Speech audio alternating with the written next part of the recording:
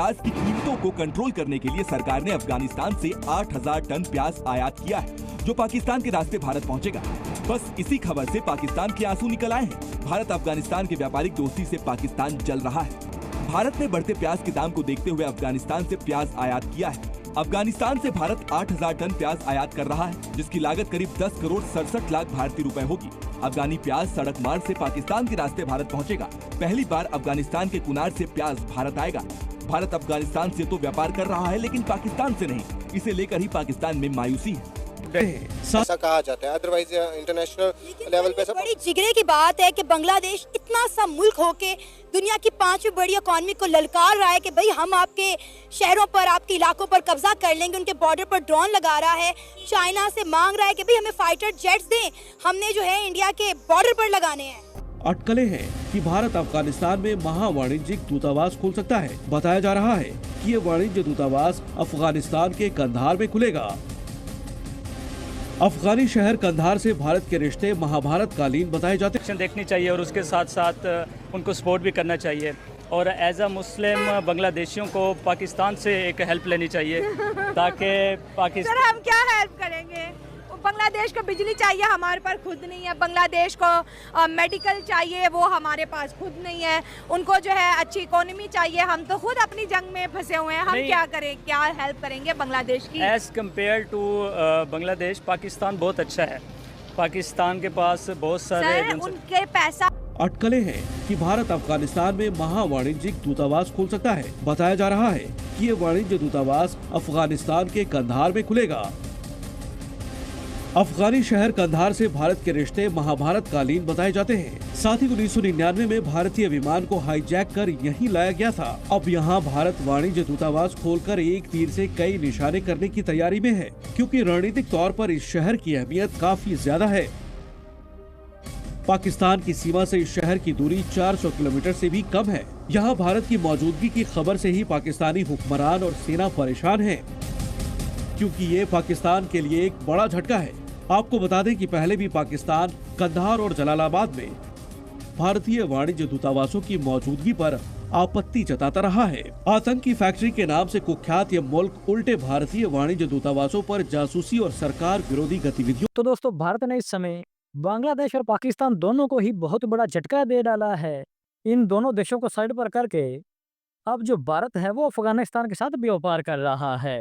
तो इस हवाले से खबर आ रही है कि अभी हाल ही में अफगानिस्तान ने 6,54,000 मैट्रिक टन कोयला बेचा है, जिसमें ज्यादातर जो कोयला है वो भारत ने खरीदा है अफगानिस्तान से। इसके अलावा इस समय भारत जो है वो अफगानिस्तान से सब्जियां और फल भी इंपोर्ट कर रहा है, जिससे भारत और अफगानिस्तान के जो संबंधन है वो मजबूत हो रहे हैं। डायरेक्शन देखनी चाहिए और उसके साथ साथ उनको सपोर्ट भी करना चाहिए। और एज अ मुस्लिम बांग्लादेशियों को पाकिस्तान से एक हेल्प लेनी चाहिए ताकि पाकिस्तान। सर हम क्या हेल्प करेंगे? बांग्लादेश को बिजली चाहिए, हमारे पास खुद नहीं है। बांग्लादेश को मेडिकल चाहिए, वो हमारे पास खुद नहीं है। उनको जो है अच्छी इकोनॉमी चाहिए, हम तो खुद अपनी जंग में फंसे हुए हैं। हम क्या करें, क्या हेल्प करेंगे बांग्लादेश की? As compare to Bangladesh, Pakistan बहुत अच्छा है। पाकिस्तान के पास बहुत सारे उनके पैसा हमसे बेहतर है, बांग्लादेश की इकोनॉमी हमसे बेहतर है। बांग्लादेश की इकोनॉमी बेहतर है, लेकिन अब जो सी उनकी नई हुकूमत आई है ना, उनका एक रिवाइवल आ रहा है। हाँ। अब तक जो सी हुकूमत थी स्टेबिलिटी थी, लेकिन अब जो सी नई हुकूमत है उसकी नई पॉलिसी की वजह से ना वो दोबारा नीचे चले जाएंगे। ये तो बात तो ठीक है। उनको एक ऐसी चीज़ चाहिए जो उनको स्टेबल कर सके। इसके लिए पाकिस्तान मुझे लगता है एज कम्पेयर टू इंडिया एक अच्छा उनका दोस्त। बांग्लादेशी हमें कभी दोस्त बनाएंगे? ऐसा कहा जाता है, अदरवाइज इंटरनेशनल लेवल पे सब बड़ी जिगरे की बात है कि बांग्लादेश इतना सा मुल्क होके दुनिया की 5वीं बड़ी इकॉनमी को ललकार रहा है कि भाई हम आपके शहरों पर, आपके इलाकों पर कब्जा कर लेंगे। उनके बॉर्डर पर ड्रोन लगा रहा है। चाइना से मांग रहा है कि भाई हमें फाइटर जेट्स दें, हमने जो है इंडिया के बॉर्डर पर लगाने हैं। देखें, दुनिया में 2 किस्म की डिप्लोमेसी चलती हैं।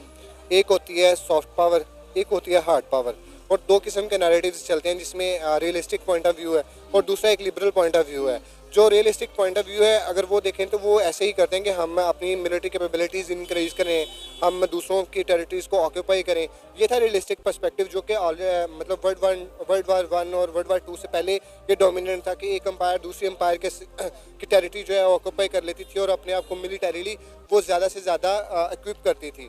और आज की दुनिया में जो लिबरल ऑर्डर है उसमें ऐसा करना पॉसिबल नहीं है। हाँ, ये ज़रूर होता है कि अगर कोई इस तरह का नैरेटिव देता है या स्टेटमेंट देता है तो उसके रिपल डाउन इफेक्ट्स उसकी इकोनॉमी पे करंटली नहीं आएंगे, लेकिन वो बाद में आना शुरू हो जाते हैं, क्योंकि वो एक बहुत बड़ी इकोनॉमी है, दुनिया की 5वीं बड़ी इकोनॉमी है और इमर्जिंग इकोनॉमी में वो बहुत बड़ी है और उसके रिलेशन जो है वो पूरी दुनिया के साथ बहुत अच्छे हैं। इधर यूएसए और रशिया, इवन कि उन्होंने लास्ट डेज में रशिया से $30 बिलियन की इंडिया ने वो क्रूड ऑयल मंगवाने की डील की है। हालांकि रशिया के ऊपर तो सैंक्शंस हैं, ठीक है। आपको याद होगा कि अमेरिका ने इंडिया को मना भी किया था कि आपने रशिया से क्रूड ऑयल नहीं लेना, लेकिन उन्होंने अमेरिका को शट अप कॉल दे दी थी। उन्होंने कहा था कि हम सॉवरन कंट्री हैं, हमारी अपनी डिप्लोमेसी है, फॉरेन पॉलिसी है, आप हमारी जो हमें डिक्टेट ना करें, हमारे रिलेशंस जहाँ से हमें फ़ायदा होगा हम डेवलप करेंगे।